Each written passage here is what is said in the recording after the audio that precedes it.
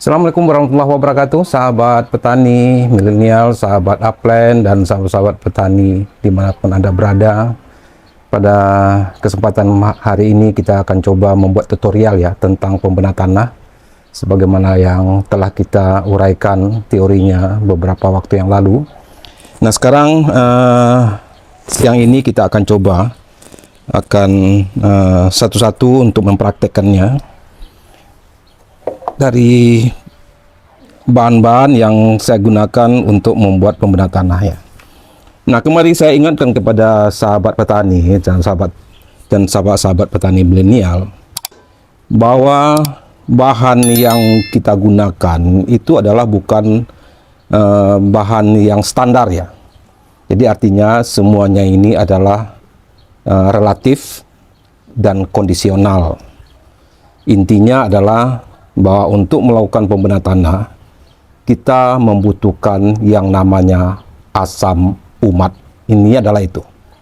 Jadi semua bahan-bahan yang memiliki asam umat yang bisa memperbarui fisik, biologi, dan struktur tanah kita, maka itulah yang akan kita gunakan.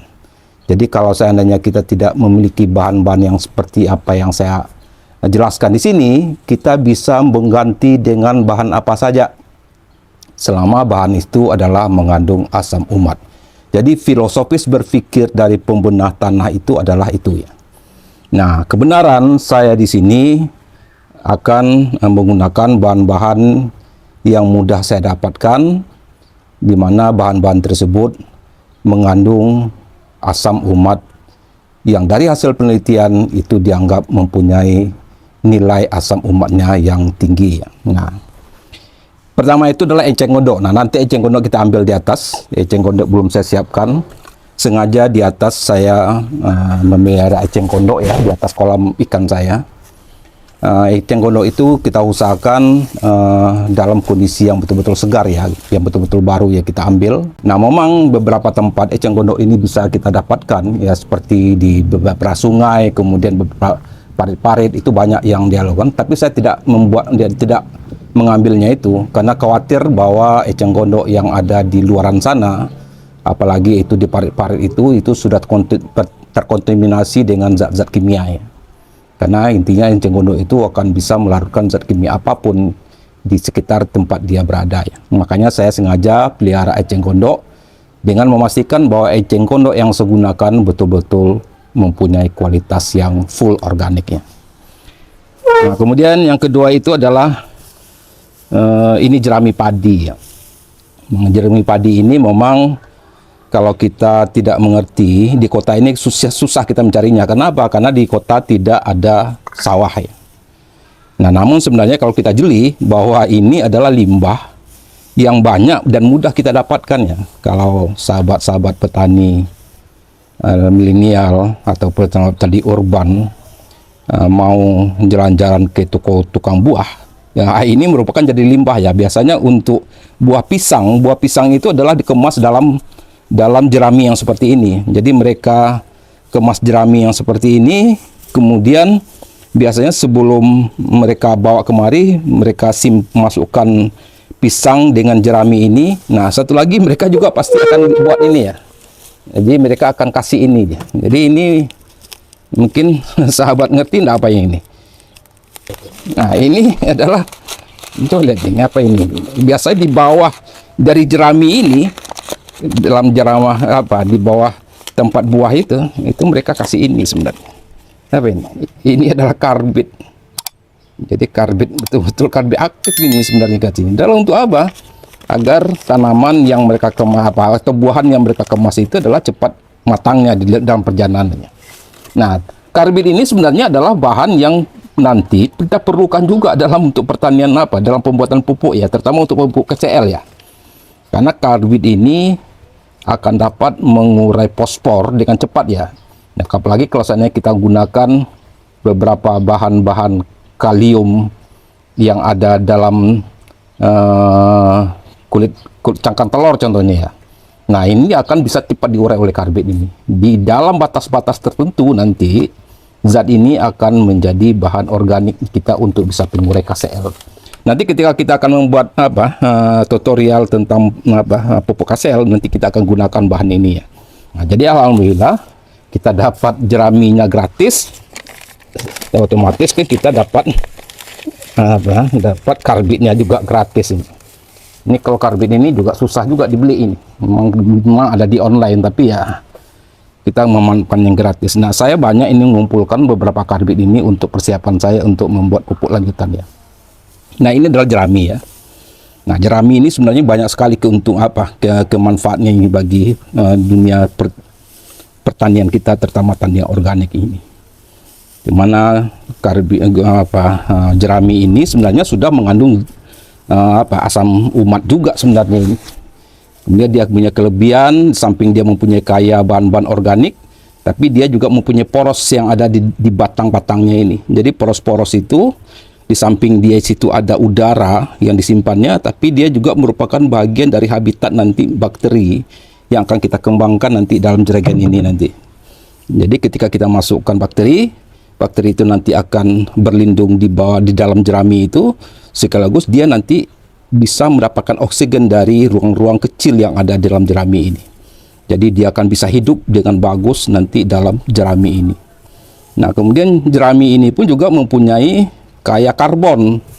Nah, karbon itu adalah unsur energi utama bagi bakteri yang dia bisa berkembang biak ya. Jadi ketika kita aplikasikan jerami ini nanti dengan eceng gondok ya, otomatis ya, ini di samping dia tempat hidupnya, sekaligus ini jerami ini akan jadi makanannya. Jadi sehingga mempercepat proses dari perkembangbiakan dari bakteri yang kita kembangkan. Nah, kemudian saya kemarin itu ngambil juga ini daun-daunan yang seperti ini. Jadi daun ini sebenarnya tumbuhnya di atas dindingnya, di atas dinding tembok. Nah, sampai sekarang ini dia bisa tetap tumbuh di dinding tembok. Ini saya ambil itu kemarin. Nah, walaupun 2 bulan 3 bulan Jakarta tidak hujan, di dinding tembok itu dia masih tetap bisa hidup ya, tanpa ada air sama sekali. Nah, ini saya gunakan adalah untuk agar tanah saya nanti itu ke depan dengan harapan dengan mengkomposisi tanaman-tanaman seperti ini, tanaman saya itu akan bisa mempunyai sifat juga seperti ini. Jadi tanaman-tanaman kita yang ada di lahan yang kita akan benahi itu jelas mempunyai kekuatan pada musim kemarau seperti tanaman ini. Makanya tanaman ini nanti kita akan dekomposisi. Nanti unsur-unsur yang ada dalam ini atau zat aktif yang ada ini telah dekomposisi, nanti kita akan kembalikan atau siram ke lahan kita ya. Nah, kemudian tadi adalah jerami, kemudian ada gulma yang punya ketahanan di musim kemarau. Nah, satu lagi ini saya juga dapatkan adalah nenas ya. Ini adalah limbah nenas. Nah, limbah nenas ini juga adalah mempunyai kaya nutrisi yang menjadi makanan bagi bakteri kita. Nah, ini juga dia nanti akan bisa mampu menyerap air yang akan menjadi tandon bagi tanah kita. Jadi dia juga adalah merupakan sebuah pembedah tanah yang bagus kalau dia sudah terdekomposisi ya. Jadi maka ini adalah yang akan kita masukkan, dan saya memerlukan ini untuk pembedahan tanah saya di atas ya. Karena saya bertanam itu adalah di atas rooftop ya. Nah, kemudian yang kita butuhkan lagi selain dari eceng gondok, jerami, kemudian tumbuhan yang tahan air, kemudian limbah nenas, yang perlu kita paling penting kita dapatkan itu adalah live mold. Live mold ini adalah isinya bakteri ya, seperti yang saya jelaskan beberapa waktu yang lalu, bahwa proses untuk kita bisa membuat proses pembenahan tanah itu ada siklus ya yang bermain. Pertama itu adalah ada zat aktif. Nah, ini ada zat aktifnya atau bahan-bahan organik. Ini bahan organik. Kemudian itu ada bakteri, dan kemudian ada proses dekomposisi yang akan kita laksanakan dalam jerigen ini ya. Nah, ini level ini saya ambil dari bawah pohon bambu ya. Ini sebenarnya adalah serasah bambu sebenarnya. Jadi dia antara tanah dengan daunnya yang sudah lapuk ya. Ini dia daun-daun yang lapuk ini. Ini daun-daun lambu yang lapuk ya. Nah, sebagian adalah tanah yang di atas, di bawah serasah ini biasanya ada tanah tipis ya. Itu yang kita ambil ya. Nah, saya rekomendasikan ini kalau bisa kita jangan ngambilnya di satu tempat ya. Kalau banyak di beberapa tempat, walaupun dalam kondisi yang sedikit ya. Nah, jadi kalau saya ini ada beberapa ini saya ambil beberapa tempat ya. Jadi 1, 2, serasah juga ini ya. Nih ada 3, 4 ya, ada 4. Nah, jadi ada 4 tempat kemarin sempat saya ambil ya untuk menjadikan apa? Ada 5, malah 5 ini. Nah, ini di tempat yang berbeda ya. Ini tempat yang berbeda saya ambil. Dengan asumsi masing-masing lokasi itu mempunyai bakteri yang berbeda, mikroorganisme yang berbeda. Jadi ini betul-betul serasah ini.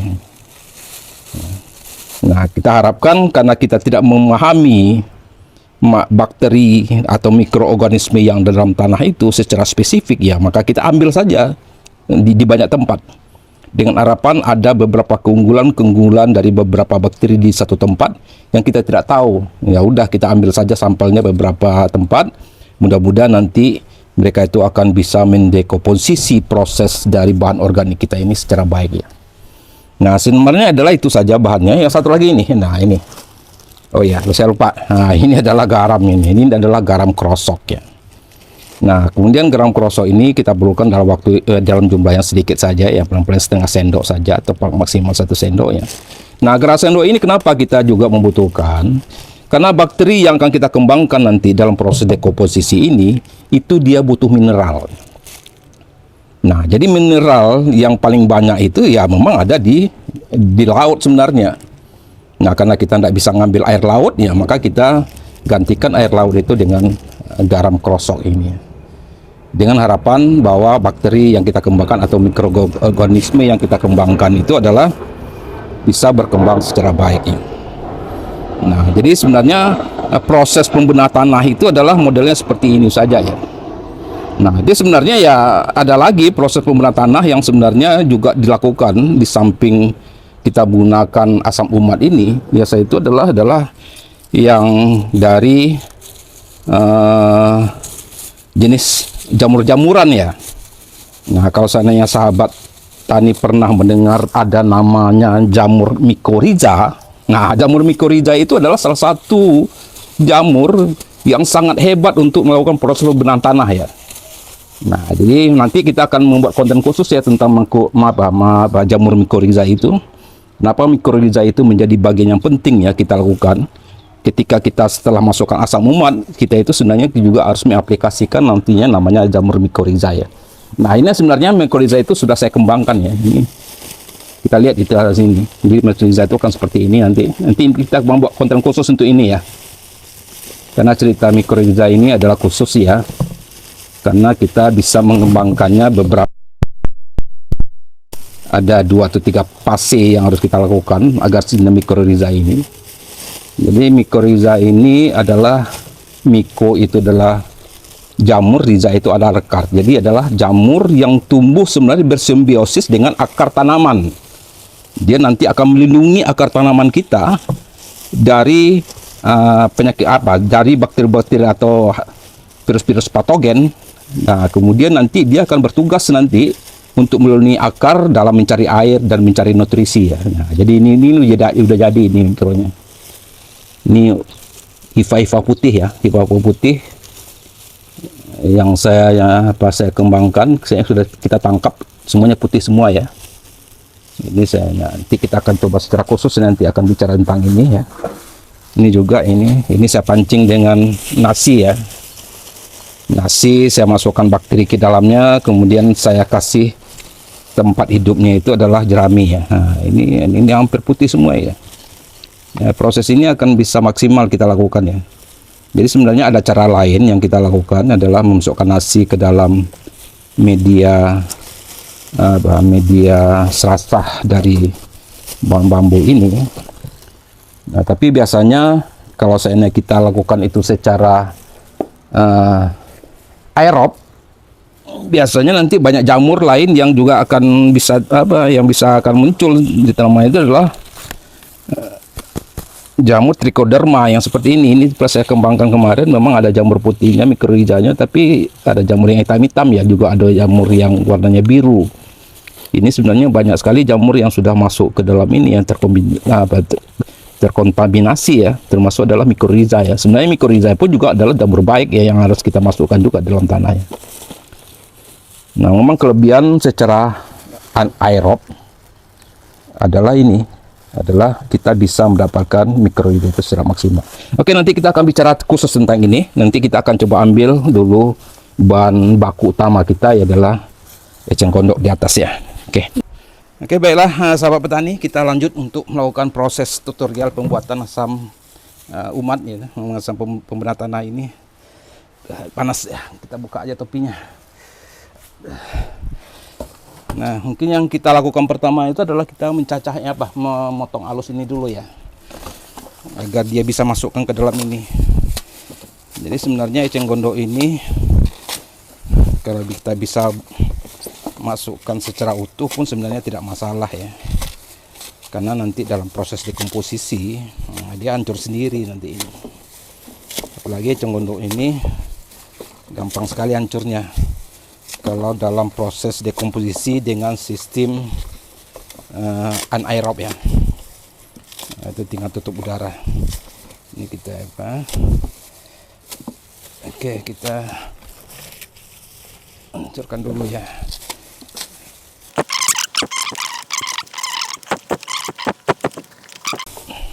Ya, kita lanjutkan ya untuk melakukan proses tadi yang itu eceng gondoknya udah kita potong-potong halus ya. Nah, jadi yang harus kita lakukan adalah kita mulai memasukkan jerami padi ini dulu ya ke dasar ini. Jerami padinya masukkannya seperti ini saja ya. Ini jerami padi ini gampang ya. Nah, kenapa jerami padi harus kita taruh di bawah dulu? Jerami padi ini adalah merupakan salah satu zat aktifnya, mempunyai zat umat di sini ya. Nah, tapi kita menginginkan di samping dia juga ada asam umatnya, tapi dia kita akan jadikan sebagai media hidup bagi bakteri kita. Karena tadi saya jelaskan, jadi banyak sekali ya keunggulan dari jerami padi ini. Pertama, dia mempunyai zat karbon yang menjadi energi bagi bakteri. Kemudian salah satu kelebihan dari jerami ini adalah dia juga mempunyai rongga, di mana dalam rongga-rongga halus itu bisa menjadi tempat hidup bagi bakteri. Nah, sekaligus juga rongga-rongga itu akan menjadi tempat menyimpan oksigen, dan oksigen itu nanti akan menjadi bagian yang dibutuhkan oleh bakteri. Nah, karena bakteri itu sebenarnya adalah makhluk seperti juga kita, yang makhluk hidup yang membutuhkan oksigen sebagai penapas untuk mengembangkan hidupnya. Nah, namun dalam proses pembuatan pemberat tanah ini adalah secara anaerob, artinya tidak ada udara, maka kita harapkan bahwa bakteri itu akan tetap hidup walaupun kita tidak memberikan udara di media jerigen ini. Yaitu dengan memanfaatkan adalah udara-udara yang ada di ruang-ruang jerami padi ini. Nah, jadi sebenarnya makanya jerami padi ini kita taruh paling bawah ya. Kita taruh paling bawah dengan harapan dia akan bisa menjadi tempat hidup dari bakteri. Jadi hebatnya kehidupan itu ketika bakteri itu nanti menghisap udara yang ada dalam jerami ini. Nah, nanti bakteri pun nanti akan mengeluarkan namanya karbon ya, karbon dioksida. Nah, karbon dioksida itu nanti akan dibutuhkan oleh tanaman, karena kita tahu ya proses pernapasan dari tanaman kita itu adalah dari karbon dioksida. Nah, nanti mereka akan mengeluarkan namanya O2 atau oksigen ya. Nah, jadi proses seperti itu ya. Nah, jadi bahan aktif atau media ini yang kita masukkan ke dalam ruang ini itu adalah lebih kurang 10 atau 20% saja ya dari media yang kita gunakan. Jadi tergantung nanti kalau seandainya kita gunakan media yang tempat yang lebih besar, maka hitungnya adalah 20% saja. Jadi zat organiknya 20% saja maksimal atau 30% lah maksimal ya. Nah, setelah itu baru kita masukkan ini yang zat-zat yang kaya dengan asam umat ini. Nah, ini adalah eceng gondok tadi ya. Nah, kita masukkan ke dalam ini. Ini karena saya hanya punya media jerigen ya, jadi ya agak ribet ya masukkannya. Tapi kalau seandainya kita bisa pakai ini, itu kita tutup rapat ya, mungkin agak lebih cepat prosesnya ya. Nanti kita masukkan dulu ya. Nah ini ya semua bahan-bahan sudah kita masukkan ya. Jadi tadi perhitungannya adalah masing-masing bahan organik itu ada 20% ya. Jadi itu ada jerami 20%, kemudian eceng gondok 20%, kemudian daun-daun yang penguat di musim kemarau itu 20%.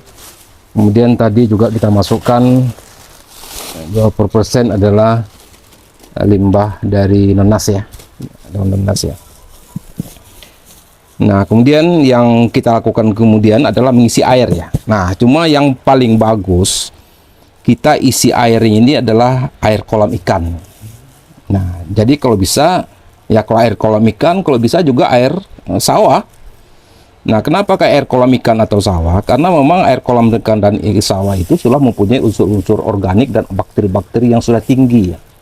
Dia nanti akan bisa bekerja sama dengan bakteri-bakteri atau mikroorganisme yang sudah kita nanti akan masukkan ke dalam ini ya. Nah, tapi kalau seandainya pun tidak kita punya air kolam, nah jadi sebenarnya juga tidak masalah. Tapi yang harus kita ingat, jangan sampai memasukkan air PAM ya, ke dalam media dekomposisi kita. Karena air PAM itu mempunyai klorin yang tinggi, yang itu akan bisa membunuh mikroorganisme yang ada di dalamnya. Nah, jadi sebenarnya kita masukkannya, air yang kita masukkan itu adalah setinggi media organik yang kita masukkan ke dalam. Jadi air itu tidak boleh penuh ya. Jadi nanti harus ada ruang udara yang kita berikan sedikit. Pokoknya dia pas sebanyak dari media di sini. Jadi kalau di sini kan media segini ya, media organiknya segini. Makanya airnya pun juga segini yang kita kasihkan. Jadi kita Jakarta, alhamdulillah kita punya dapat air sumur bor yang bagus di sini ya, alhamdulillah kita pakai ini saja ya. Nah jadi ini, jadi air usahakan jangan sampai penuh, jadi ada ruang untuk tempat bernapas nanti mikroorganisme kita. Jadi airnya sepas dari media tanam kita saja. Nah setelah ini baru kita masukkan bakterinya ke dalam ya. Jadi itu kita masukkan live mold. Nah, lepon ini kita harapkan ya akan bisa menjadi pengurai atau dekomposer ya bagi tanaman kita, dari media tanam yang akan kita buat untuk pemenah tanah ini. Jadi untuk dekomposernya tidak usah banyak-banyak, sedikit ini saja, 1 genggam atau 2 genggam saja. Jadi kita harapkan ini sih sudah cukup ini. Nah karena saya tadi sarankan jangan di satu tempat, makanya kita nggak sejumput saja dari beberapa tempat saja. Kita masukkan sini ya, enggak 2 tempat gitu ya. Nah jadi sebenarnya live mold ini adalah pengganti dari bakteri itu. Jadi pengalaman saya selama ini, proses pengambilan live mold seperti ini, bakteri-bakteri seperti ini, itu cukup efektif ya. Ini prosesnya akan selesai ini. Bahan-bahan organik yang ada di dalam yang kita ke deposisi ini, pengalaman saya 1 minggu selesai. Hancur semua bahan-bahan itu, nanti seminggu kemudian ini udah bisa kita aplikasikan menjadi bahan untuk pembenah tanah kita ya. Nah, jadi masuk kita masing-masing aja, karena tadi kita banyak di beberapa tempat, kita masukkan aja sejumput 2 jumput saja ke dalam ini. Nah, kalau ini yang saya ambil dari jauh ini kemarin saya ambil dari daerah Subang ini ya.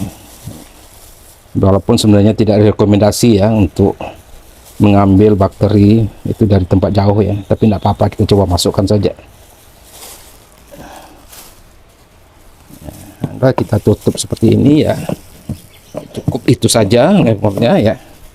Nah, ini namanya adalah sudah menjadi bakteri yang untuk penghancur ya. Nah, kemudian terakhir ya kita masukkan saja mineralnya ya, kita masukkan aja ya setengah sendok ya garam krosok untuk sebagai mineral bagi proses dekomposisi bakteri kita untuk melakukan proses dekomposisi seperti ini ya.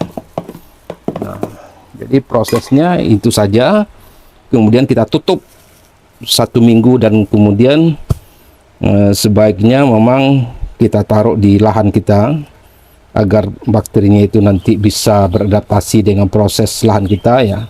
Tapi kalau tidak pun ya sebenarnya tidak masalah, ya kita simpan saja di tempat yang teduh.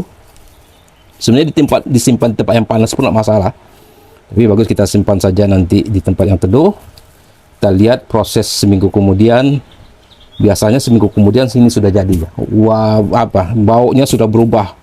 Baunya itu adalah persis seperti kohe sapi prosesnya kalau ini sudah jadi. Nah, yang akan kita ambil adalah airnya saja. Jadi nanti airnya yang akan kita jadikan untuk kita kocor sebagai pembedah tanah ya. Jadi komposisi airnya itu adalah ya sekitar 200 atau 300 ml per satu tangki. Satu tangki semprotan itu ya sprayer itu sekitar 15 atau 16 liter ya. Jadi sangat hemat sekali ya. Nah, kemudian yang hebatnya proses ini adalah tempat pembuat pembedah tanah kita ini bisa seumur hidup ya. Ini tidak harus kita ganti-ganti. Jadi tidak usah kita bongkar isinya, tinggal kalau seandainya nanti daun-daun yang di dalam, kemudian jeraminya di dalam, dan kemudian eceng gondok yang dalam itu sudah habis hancur, kita tinggal menambahkan saja lagi, tinggal menambahkan eceng gondoknya, tinggal menambahkan jeraminya, tinggal menambahkan kulit nenasnya, kemudian sama bahan-bahan lain yang kita harapkan untuk bisa melakukan proses pembedah tanah kita. Kasih level sedikit lagi, 1 genggam atau 2 genggam lagi, kemudian garam krosok, kemudian ya kasih air lagi, kalau bisa air kolam, kalau tidak air kolam juga tidak apa-apa, air hujan juga boleh, air sumur juga tidak masalah. Maka kita tinggal tutup, kemudian kita pakai lagi. Nah, dengan harapan bahwa mikroorganisme yang ada di dalam itu sudah berkembang sebenarnya, dan itu biasanya akan lebih cepat ya. Jadi tempat yang sekecil ini akan bisa seumur hidup untuk tempat pembenah tanah kita. Jadi sebenarnya tidak alasan bagi kita untuk tidak kita bisa membuat pembenah tanah sendiri ya. Jadi bagi teman-teman yang kemarin ikut di Ponorogo, itu kan sering sekali bertanya, ya Pak, kami belum bisa buat pembenah tanah ya. Alasannya apa? Saya bilang, karena belum ada katalis. Jadi saya juga ketawa ya. Jadi sebenarnya katalis itu adalah merupakan alternatif saja. Jadi kalau seandainya tidak ada katalis sekalipun, ya teman-teman tetap harus bisa membuat pupuk, tetap bisa membuat pembenah tanah seperti ini.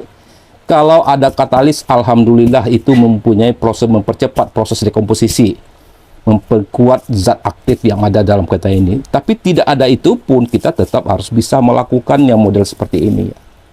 Karena tidak ada satu cara ya untuk kita bisa mengembangkan pertanian organik ya. Nah, jadi kalau seandainya ada katalis ya alhamdulillah, karena katalis itu adalah memperkuat zat-zat aktif yang ada di sini. Ya, tapi kalau seandainya pun tidak ada sekalipun ya tidak apa, bahwa proses pembenahan tanah kita tetap dilakukan. Jadi jangan dijadikan tidak ada katalis kita tidak bisa melakukan proses apa-apa. Jadi kembali saya ingatkan kepada teman-teman, kita sedang berusaha untuk mendapatkan katalis dari kawan-kawan BSM, dari Pak Bayu. Nanti karena untuk mendapatkan katalis itu tentunya ada mekanisme yang panjang juga. Bagi teman-teman yang ada di Jawa Timur, Jawa Tengah mungkin akan mudah kita akan koordinir. Karena terutama untuk masalah yang terkait dengan bagaimana mobilisasi ya. Tapi kalau kawan-kawan yang sekarang ini berada di Gorontalo, yang ada di Mincel, yang ada di Sumbawa, yang ada di Lombok Timur, Itu kalau hanya mengirimkan katalis 10 liter, biayanya itu jauh lebih besar dari apa. Itu tak akan mungkin kita bisa lakukan ya. Mungkin dalam waktu ke depan ya, kalau seandainya kita sudah massal ya, sudah masif menggunakan proses-proses pemakaian katalis kita ya. Nah, jadi bagi teman-teman yang jauh yang belum dapatkan katalis, jangan, kembali saya katakan, jangan jadikan katalis bagi kita sebagai alasan untuk tidak melakukan prosesnya. Nanti kita akan pelan-pelan akan membuat pupuk-pupuk yang lain, termasuk juga nanti akan membuat pupuk yang kemarin kita ajarkan di Ponorogo, yaitu dengan cara lain ya, dengan cara yang tanpa katalis. Termasuk juga nanti kita akan coba menggunakan ZPT yang juga tanpa katalis ya, sebelum kita menunggu katalis itu ada ya. Tapi kita akan lakukan dulu saja. Nah, bagaimana hasilnya ya? Hasilnya adalah kita uji di lahan kita masing-masing. Nanti kita akan uji. Jadi waktu yang akan membuktikan apa yang kita buat pakai katalis dan tidak pakai katalis. Tapi yang jelas kita mengerjakan apa yang bisa kita lakukan dulu saja sebelum kita menunggu apa yang terbaik. Jadi jangan sampai, istilah peribahasa, menunggu hujan turun di langit, air di tempayan ditumpahkan. Oke, demikian saja sahabat tani, sahabat petani milenial. Mungkin ini bisa menjadi inspirasi bagi kita semua, dan kita akan membuat konten-konten yang seperti ini untuk ke depan. Wabillahi taufiq wa hidayah. Assalamualaikum warahmatullahi wabarakatuh.